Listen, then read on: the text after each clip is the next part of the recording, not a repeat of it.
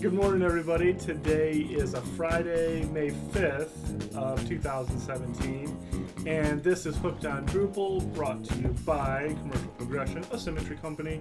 And we are joined today by Rusty, Garrett, Hillary, and perhaps at some point Brad is going to walk in. Is that? I hope so. That's what we're assuming. assuming. He arrives at work. Anyway, audio check. You guys, we need to introduce, and I need to get audio levels on the new people. Well, Rusty, you were in the last podcast. Yeah, Rusty was here before. It's the Garrett show today. The Garrett show. Today is the Garrett Miller show. Can you give me a 1-2 check? 1-2 check 1-2. Oh, coming through great. 1-2. And from here on out, what Garrett said he wanted to do right off the bat was a technical breakdown of Drupal 9. Yeah. Already have it all mapped out. Yeah. Yeah, I thought you had some really great insights on that, and I'd love to just open up the floor. I think the teleportation features are going to be out of this world. It's really. Yeah, I mean, who would have thought to bake that in along with everything else? And good point, Garrett. Yeah. Weren't some of those features? Didn't they steal some of that from the Windows 97 code? Yeah, I think so. Yeah, they're really just revamping Windows 97, and adding a few things and bringing it to the modern era. Yeah. Yeah. Well, I'm glad because I thought that was a particular release of the Windows OS that was overlooked. Yeah. So I'm glad that the Drupal community recognized that and brought it back. Anyway, we digress. So I think I did introduce everyone. People know Rusty from the last podcast. They know Hillary from most of the podcasts. And not most. Most of the ones from last year. At least, okay. Half of them. Some podcasts. A couple podcasts. A couple. This might be my 5th or 6th. That's pretty a good. lot. But you have 14 episodes, right? Okay. And unfortunately I'm on all of the greatest hits. Fortunately. Yeah. I would say fortunately. Fortunately. You know where to add the crickets. I can say things, and if we don't have things to say, the crickets will be inserted, and we previewed that. Yeah, we did. We were testing the cricket sound. Yeah. So for sound check, room silence. Crickets will be inserted right there. You don't even have to do it. No. You don't even have to do it, Garrett. But Garrett is the newest. Well, not the newest anymore. Hubert is. Yes, Hubert is the newest addition to the team here. If we're talking devs, Garrett's the newest. Yeah. Okay. And front end development specifically. Yeah, front end specialist for Drupal. So. We got him site building though. Yeah. He got to site build a Drupal 8 site. Nice. So that was a nice learning experience. It was, yeah. Yeah. Everything's been a learning experience, but that was a very nice learning experience. Yeah. Site building is a different thing. Yeah. And it's usually pretty quick, so people don't specialize in it. So, and maybe a couple shout outs to the hiring process. How did we find you?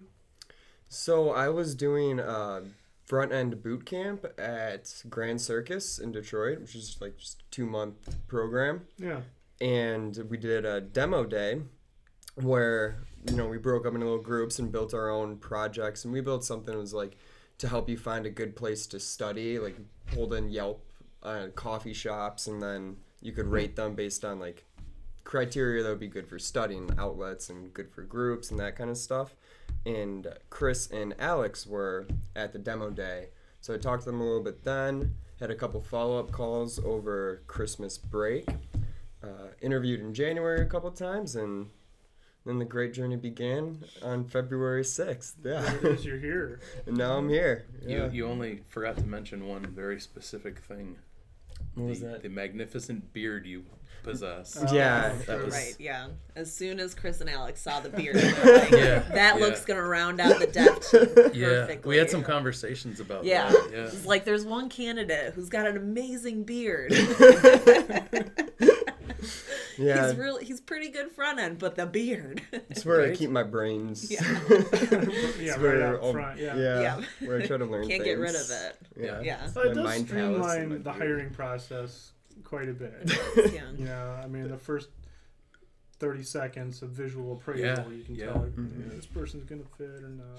Well, when we hired Hubert, I think it was, well, for like that month afterwards, I think it's changed a little bit now, but when we hired Hubert, he was the only guy in the office without a beard, actually. So it did, like, I think it was a prereq of working here. I've talked to him about that. Yeah. Yeah.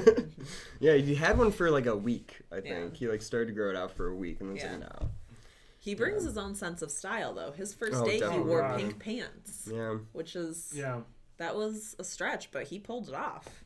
No, he's definitely yeah, he's very stylish. upgrading our general style. I mean, Yeah. I'll speak for myself. I try to wear like the same Charlie Brown outfit Yeah. most days, and yeah, Hubert, you know, definitely we want to lead with him on presentation. Like, you know, Yes. when people come in, like, you know, just Yeah, see, look how grown up we are. Yeah. yeah, Yeah. You know? yeah. Don't Color look in the coordinated. dev Exactly. cave. Speaking of grown up, I couldn't let this pass. Something you said. It was very quiet and it was tossed in there, but you mentioned that your beard is your mind palace. Yeah. Yeah.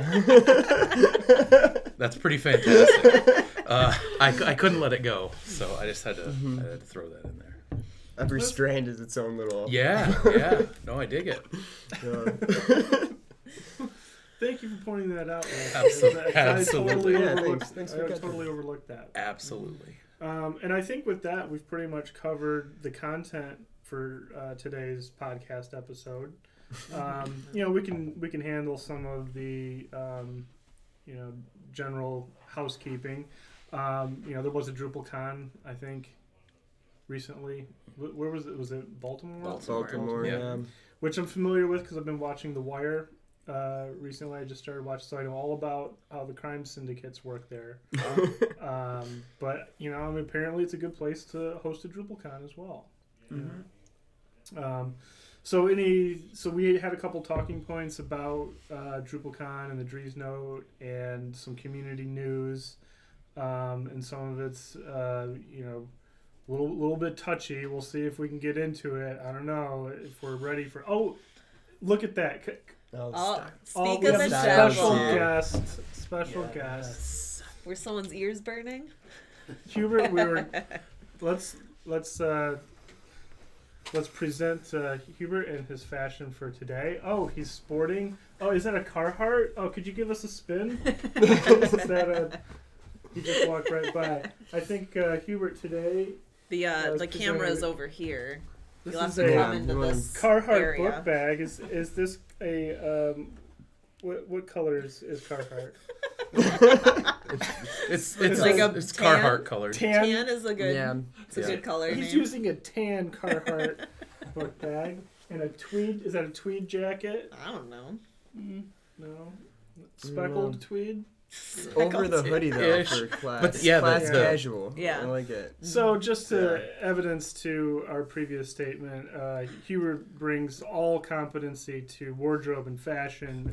And, he's trying to elevate. You know, the best I could do is I now wear my Symmetry Patagonia vest, and you know.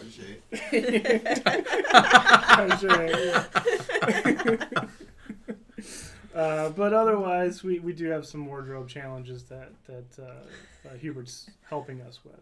Yes. But we were getting ready to talk about BDSM, right? Did I say that? I didn't mean to say that. I think we were gonna stay clear of We're that gonna one. we're gonna just totally sidestep that. Yeah, Yes. yeah. That's kind of controversial and it's caused some trouble in the community. We don't cause any trouble. Let's just move right past that. And but there was a DrupalCon, Yeah, Baltimore. and there was a Dries Note, and then we also came across, or actually in the community, there was kind of some commenting around this. Was it Adam Hall? Who's the guy? Dave Dave Hall. Dave Hall. Yeah. Who's that? I don't know. Sorry. So Dave Hall blog post, and my summary of it was kind of like, you know, Drupal is dead, long live Drupal. Like, but maybe that's not accurate, so That's you guys can the help me. extreme takeaway from it. Yeah. Yeah. don't think we have to go that far. Okay. No, I mean, I would Help me say out. that the gist of what he was trying to say is that, adoption of Drupal 8 seems to be relatively slow in comparison to adoption of previous Drupal versions. Sure. And really is just expressing concern as to how do we fix it? How do we make sure that Drupal doesn't? Because how does it not die off? Right? Yeah. We don't want that. So. Yeah, and I think what he was trying to highlight too as one of the larger causes of that decline in use was the preference for like more modular entire systems, having just Node.js and then just a front end framework and separating things out more, which I thought was interesting. 'Cause from my takeaway, it seems like Drupal 8 has made steps to move in that direction as well. So I thought that was an interesting take on it. Yeah, and he did mention in there that it's more than just decoupled Drupal that we need to strive towards. Yeah. So.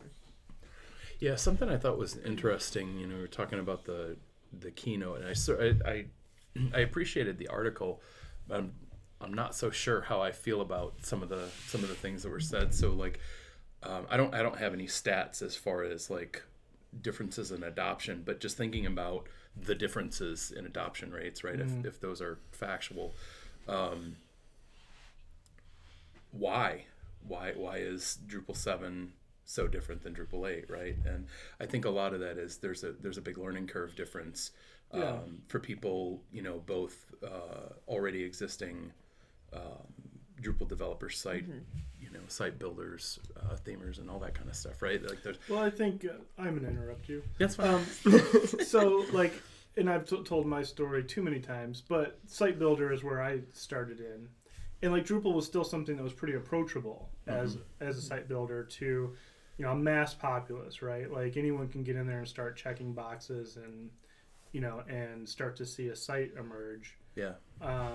Whereas, once you start building a tool set that really is geared towards development teams, it excludes a lot of the, one-man shop, web designers that are just going to kind of pick up Drupal on the side, which Drupal 7 you could kind of do still, right? I mean, you could. And I think you still can with Drupal 8, right? Can, like I don't think that that's gone away.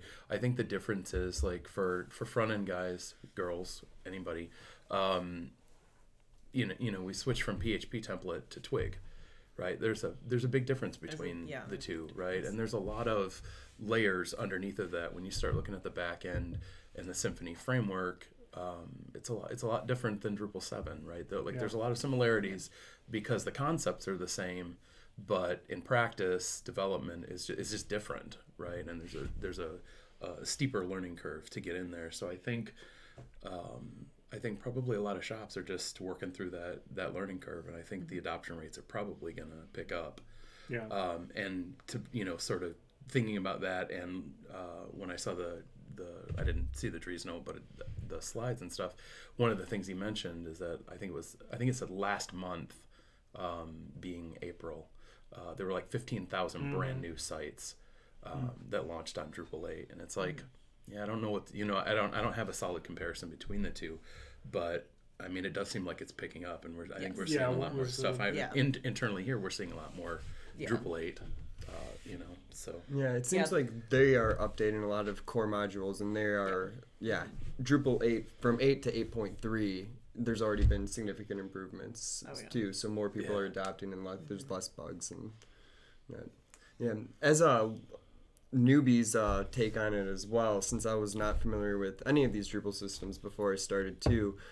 I keep hearing that Drupal 8 has a steeper learning curve. And I'm sure it does because it's Twig and PHP and all that.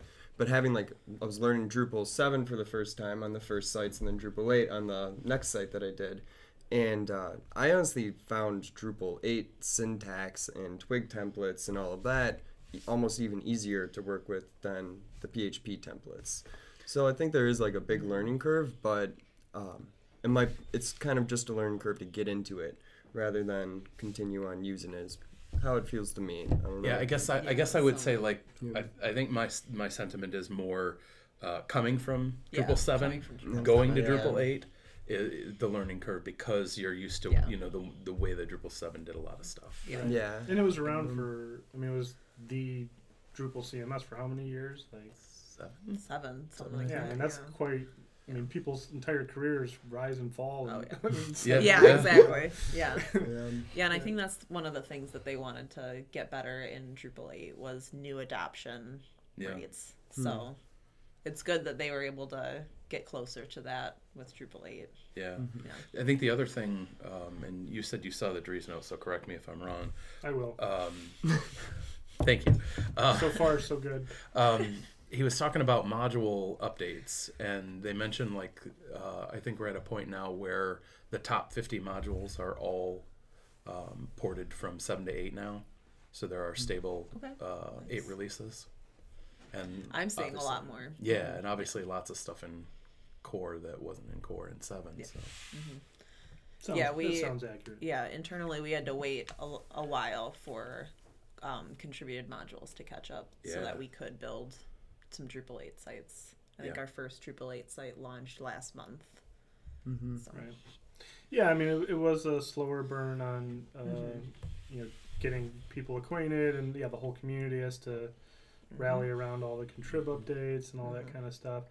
And you know, we were waiting for the upgrade package, and you know, for a couple of reasons, and we had that sponsorship thing out there with OS training, you know, and we had a conversation going with them, and finally in 8.3, there's something to document about upgrading from 7 to 8 with a legitimate path, you know, but it took, you know, better than what, a year and a half oh yeah, to build that. Yeah. yeah, And Dries did have a couple notes around that. You know, basically there's a million Drupal 7 sites that are probably starting to think about should they upgrade and when, and you know what's that going to look like. And now there actually is a path out there to do it. Yeah. So. Yeah. So anything else on the Adam Hall? Dave Hall. Dave. Dave Hall. Dang it, it's twice. I'm fired. Daryl Hall? Doogie? There were some comments that came in. I mean, it seemed like it generated a lot yeah. of conversation. Yeah, one of the big takeaways that I took from it was just the way in which websites are changing. Now people are going towards Laravel and those types of site setups. And we no longer have to shoehorn a site into a CMS if that's not the correct solution for it. And so it just got us thinking internally where that dividing line is between, do we put it in the Drupal CMS or do we try to build it with something like Jekyll because it's a very simple site. And does Drupal 8 with all of its IP? No, not IPA. That's what we drink on Fridays. API. When it's built like I don't drink IPAs don't on drink Fridays. They're gross. Drupal should have included an IPA. Like, I Yes. think that would have made it a lot more popular. But like they're pushing this API first, right?